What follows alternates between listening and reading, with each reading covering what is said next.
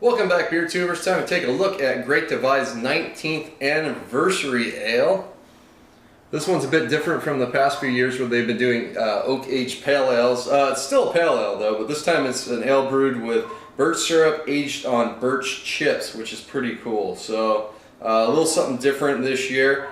Got it poured out. It's also 10.2%. It's bottled on May 14th of 2013. So it pours out a pretty clear golden color, pretty bright white head on it.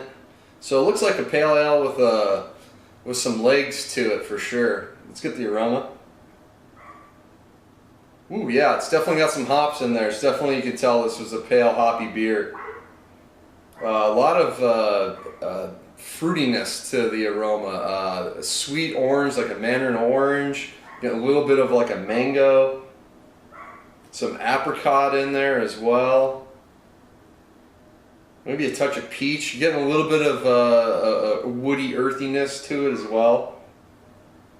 Just an ever so slight touch of 10%, but it's pretty berried.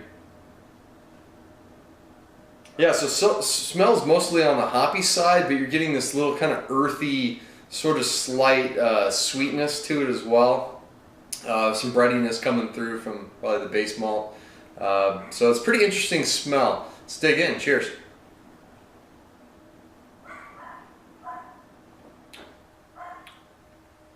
Actually, you get that syrup more on the flavor than the aroma for sure.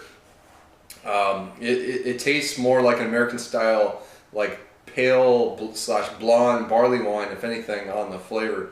The bitterness is not intense. There's certainly some hop character, but you're getting more of the sweeter side of the beer on the taste. The alcohol is fairly well masked. You get a little bit in the finish, and you kind of get a nice warming sensation.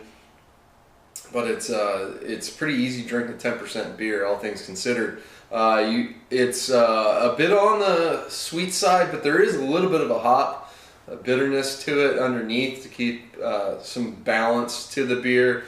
Keeps it from going too cloying. The flavors wise, up front you get a good bit of sweetness, both coming from the birch syrup and the sweeter hops that are in there. Like I mentioned, on the nose you get some of those flavors, the sweeter side of the orange notes, like a mandarin kind of tangerine-ish, peach, apricot sort of character.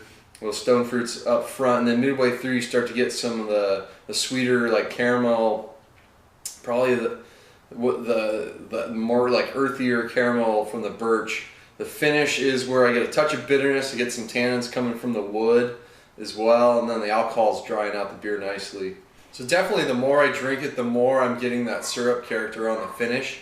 Getting some slight like vanilla type of wood tones to it, but it's getting to a point where the more I drink it, the more that lingering finish. I'm really getting that syrup, that earthiness, like almost a slight spiciness.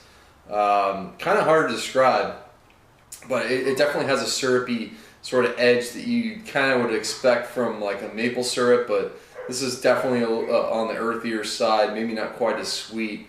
So it's a pretty interesting beer. I think I like it better than the past anniversaries where it's just a pale ale on oak. Oak's been used a lot. The birch in this case adds a different component that the maple or syrup would do, or if you're using just straight up oak chips. But the birch chips, the birch syrup, something different in this beer. It's got some cool hot flavors on there as well. It's a big beer. It's pretty solid. I'm going to go B with this one. I think it's worth checking out. Definitely above average type of beer. So happy anniversary to Great Divide. 19 years, which is awesome. And I need to get my hands on the new Yeti variation as well, a review from them, because that's a great series. It's going to wrap up this review. Until next time, please comment and subscribe. Cheers.